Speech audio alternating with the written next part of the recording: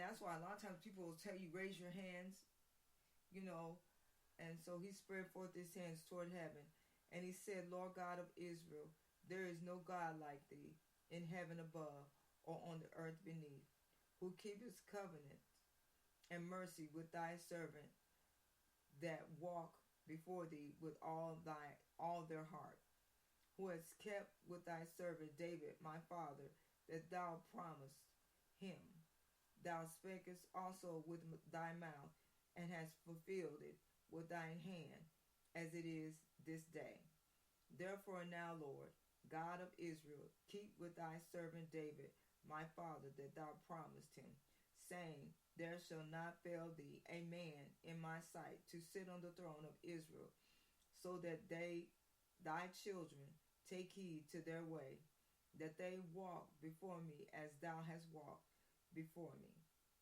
And now, O God of Israel, let thy word, I pray thee, be verified, which thou speakest unto thy servant David my father. But will God indeed dwell on the earth? Behold, the heaven and heaven of heavens cannot contain thee, how much less this house that I have built. Wow.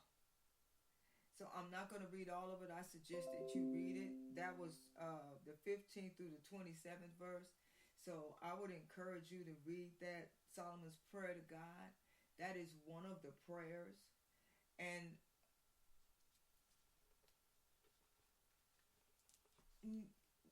in the Old Testament was such beautiful prayers.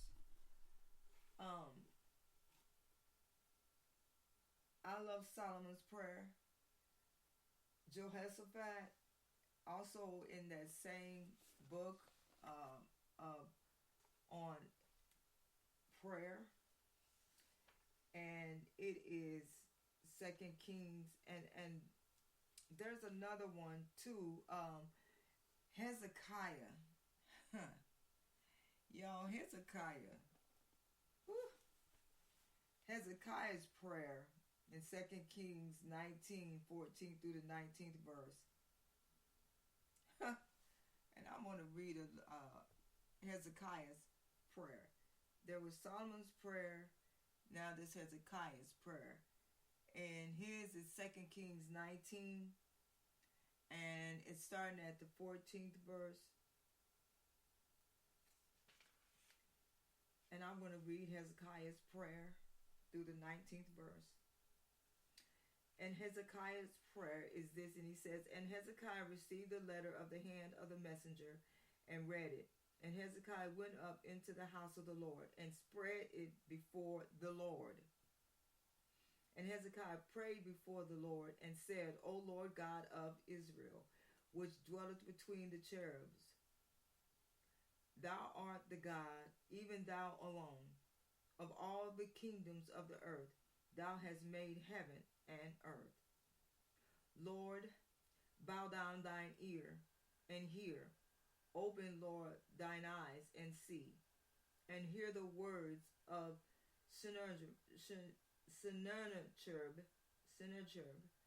which had sent him to reproach the living God. Forgive me if I chopped up that word. In 17th verse it says, of a truth, Lord, the kings of Assyria have destroyed the nations and their lands, and have cast their gods into the fire, for they were no gods, but the work of men's hands, wood and stone. Therefore they have destroyed them. Now therefore, O Lord, our God, I beseech thee, save thou us out of his hand, that all the kingdoms of the earth may know that thou art the Lord God, even thou only. Y'all, Hezekiah wasn't playing when he prayed that prayer. I love his prayer. It says, Hezekiah was truly a man of trust. He takes his concerns to God in prayer, believing that God would vindicate his name and deliver Jerusalem.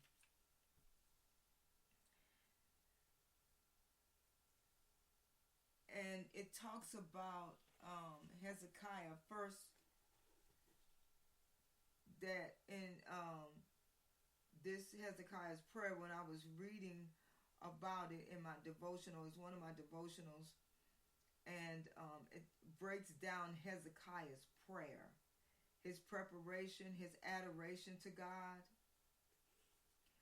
It breaks down his supplication, his agreement, how he really prays to God. And there's so many scriptures related to that. There are so many that really break down what Hezekiah, his content, the content of the letter and Hezekiah received, and how the first thing, he didn't go call nobody. Hezekiah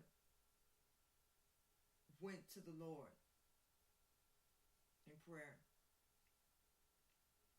Another one was a prayer, a man of prayer, was Jehoshaphat. Jehoshaphat in 2 Chronicles, the 20th chapter, starting at the 5th verse, is the one that I wanted to talk about.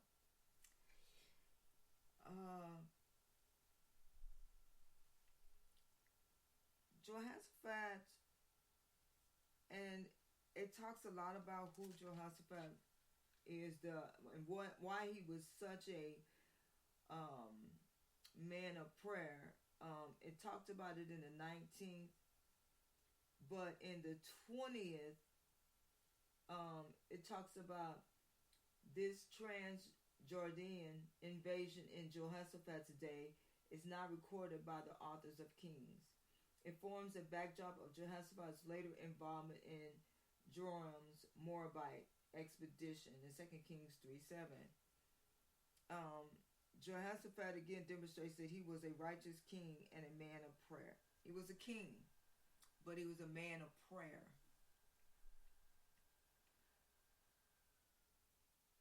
Throughout the Bible, that I'm from Genesis to Revelation, Abraham was a man of prayer. Moses, a man of prayer. These are great prophets, great kings. They were men of prayer. And Jehoshaphat in 2 Chronicles 20, starting at the 5th verse. But I'm going to start at the 3rd verse of the 20th chapter of 2 Chronicles 20, starting at the 3rd verse. And Jehoshaphat feared and set himself to seek the Lord and proclaim a fast throughout all Judah. He did not only pray, he feared God. He set himself to seek the Lord, to seek his face, to proclaim a fast throughout all of Judah.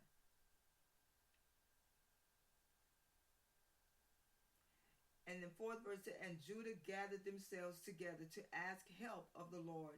Even out of all the cities of Judah, they came to seek the Lord.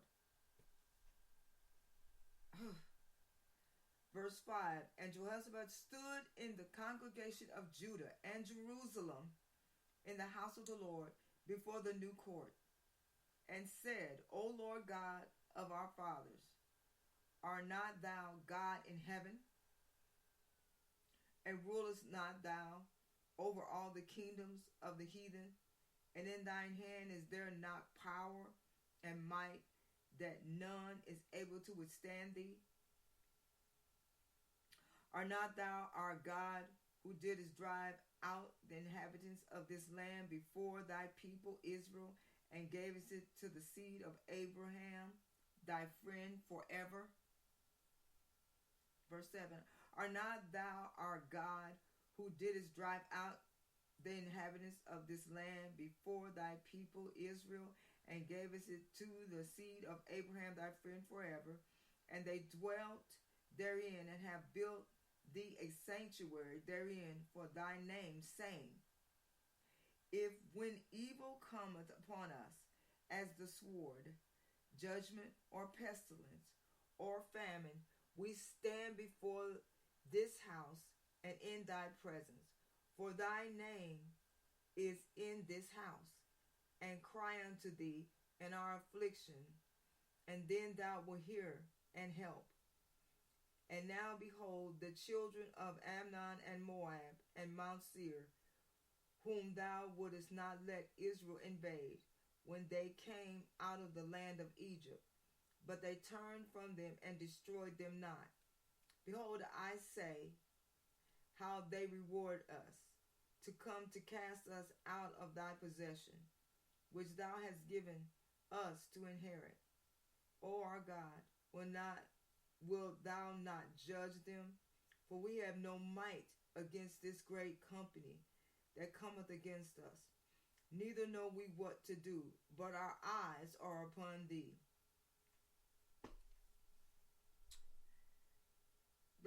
My favorite verse out of all of this prayer is my eyes, that 12th verse. And I'm going to repeat it. O our God, wilt thou not judge them? For we have no might against this great company that cometh against us. Neither know we what to do, but our eyes are upon thee. There are times in our lives when we know not what to do. The first things we got to do is turn our eyes toward God.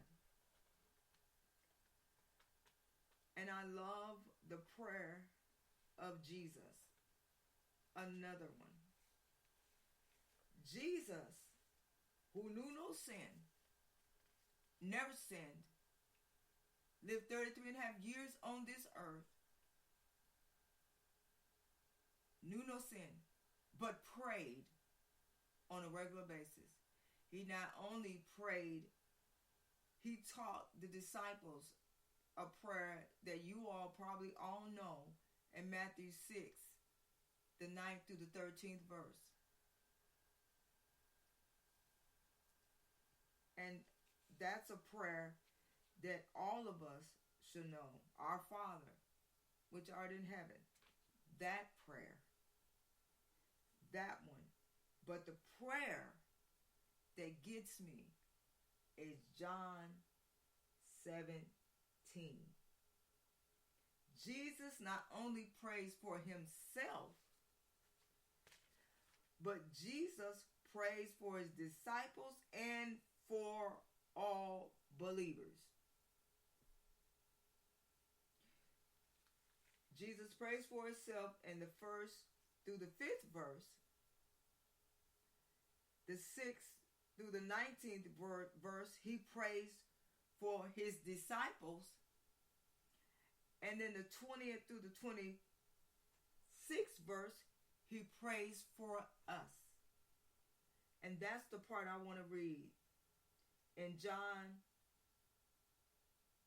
the 17th chapter in the New Testament. All of the thing that I'm reading is the King James. And Jesus' prayer for believers.